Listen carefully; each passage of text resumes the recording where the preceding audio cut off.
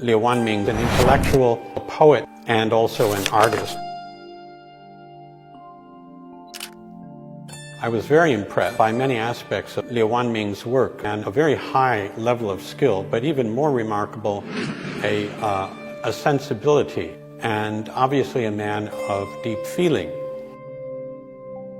One of the features of Liu Wanming's work is the poetry of his composition and his brushwork. Though he can paint very naturalistically, nonetheless there are always moments when he flattens things out. So you can see that here.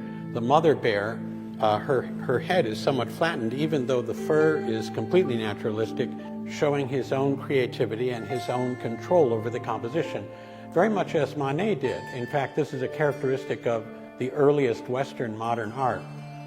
Manet, Gauguin, people like that, they do exactly the same thing. It's very naturalistic here, and there it's absolutely flat.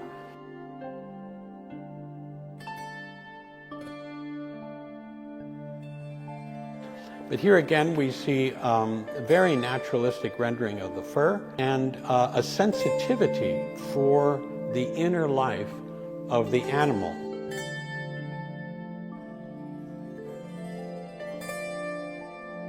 For instance, this panda here, like all his animals, has an inner life, has its own intelligence, has its own sensitivity, and in this case you can see that it's just about to doze off.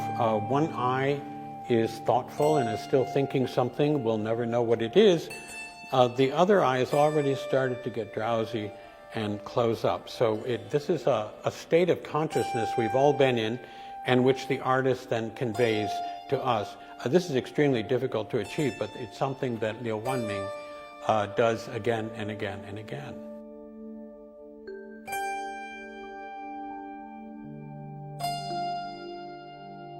Another feature is the way he fuses naturalism with the stroke.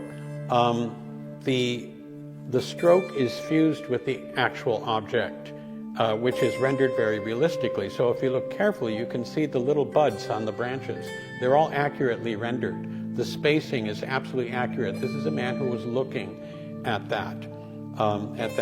those details, and he conveys them perfectly. The same thing with the eyes of the animals and the fur. So very often, and his leaves also.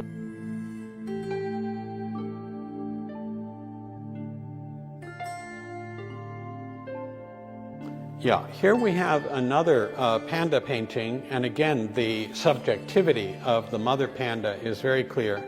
This ability to attribute to animals a genuine intelligence and sensitivity is different from the European notion that you're projecting human feelings onto the animal. In China, since ancient times, the idea is that we're all one qi, we're all made of one matter, one material. And it was often assumed throughout Chinese history that animals also have feelings, they have rights. Bai Ju, famous poet, Su Dongpo, famous poet, and Zhong, the great philosopher, they all had a sympathy with animals.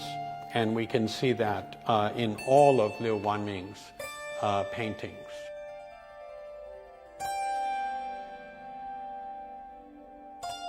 In this album there are paintings of dogs who appear to be pets, and they all have a very satisfied look on their face. If you've ever had a pet dog, you know that after you've gone out for a run with your dog and you come back and they just feel very satisfied and they get this look on their face. And that's what the artist has captured absolutely perfectly. He is conveying to us this, again, this inner state that the animals had, which he could only have done if he had observed the animals very closely. He is accurate when it comes down to the claws, the nose, the ears, everything. This is a man who has observed very carefully the physical presence of these animals. But at the same time, he's obviously very concerned with those feelings that they share with us on this planet. This koala bear is particularly remarkable because the koala bear's eyes are among the best in the whole album. it's looking deeply, deeply into the thin air. It's not looking at anything. It's thinking of something very important. And we see it and we realize it. What we have in common with this koala bear. And because Liu Wanming has such command of the naturalistic representation of these animals, he sometimes likes to create a pattern. So in the case of the toad has various bumps on its back, and he renders these very beautifully as a kind of a dimpled pattern. Another thing he does, I mentioned before, is he sometimes flattens the part of the image. This is something Li Gongmin does also, and Zhao Mengfu did it also. And Liu Wanming does this beautifully with these two pigs. Liu Wanming has acquired a sensibility very similar to that of fellow intellectuals, poets, and artists who lived in China about 1,000 years ago. As I said, Liu Wanming observes animals and plants very carefully, but his aim isn't to create an accurate picture. Naturalism is just one creative method among others. He he doesn't build up a naturalistic image using strokes the way it's done in the West. What he does is, as I said before, is he fuses the stroke with the object so that they're one thing, which is extremely difficult to do. And of course, he also, creates patterns, as I said before, not just in the toad, but in the animals. He creates abstract patterns. So there's a kind of abstraction within the work, which again is rooted in the Chinese tradition, and yet there are no artists in Song times or any other time who do it this way. So it's satisfying both from a modernist perspective and just from the point of looking at the objects.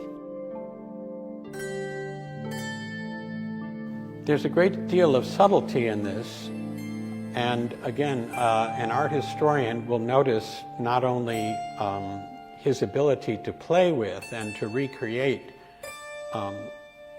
features from the Chinese tradition, but also from the European realist and naturalist tradition. What's happened here is Liu Wanming is totally in command of both traditions, and again he fuses them. So in general you won't notice it unless you're actually a historian or an art historian. Then you notice he uses highlights, and the accuracy, the anatomical accuracy of some of the animals again draws on a European tradition, but he does it effortlessly with the brush using the same technique, and so the two traditions finally really come together, as the word 中西融合 was meant to imply. This painting of a pumpkin, and I think perhaps a rabbit, is an excellent example of how Liu Wanming juxtaposes abstract patterns with highly naturalistic work. The dried, broken stem that comes up, this is painted entirely in a Chinese manner with very fine brush strokes, and it looks almost photographic. The pumpkin itself is rather abstract, and the rabbits, the patterns on the rabbit's fur again appear almost geometric. So he's juxtaposing 3 or 4 different types of sensibility and 3 or 4 different types of aesthetic and artistic concern, all in the same image.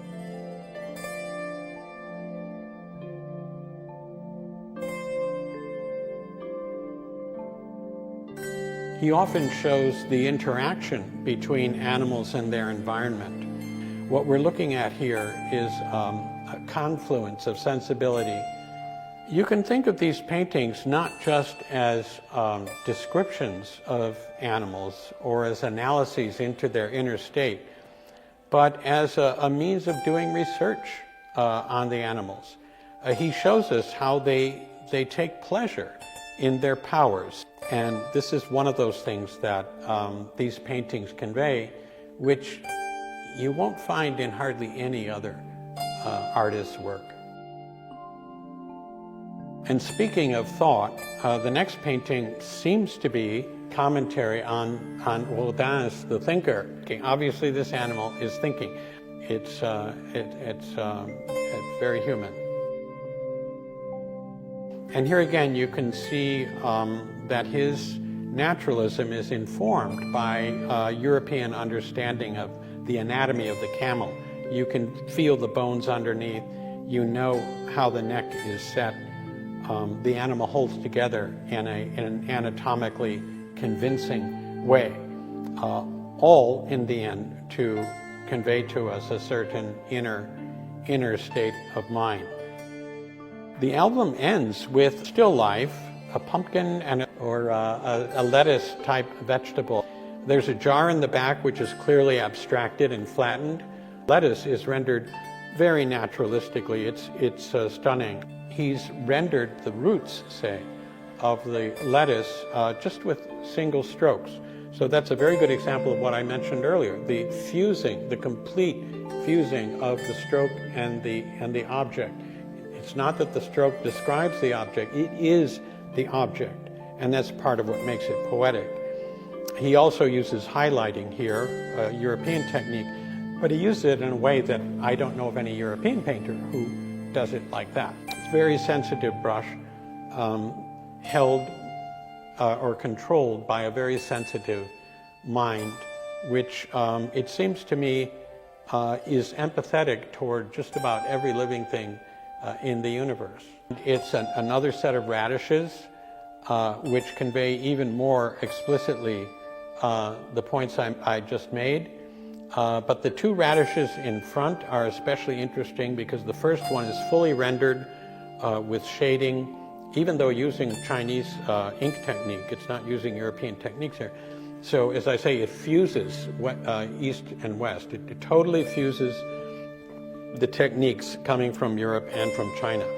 The radish in the very front, or that might be garlic, is somewhat abstracted, and for the first time it comes apart as individual strokes, and the strokes begin to disengage in that case from the object. That makes us that much more aware of the intense naturalism of the other object.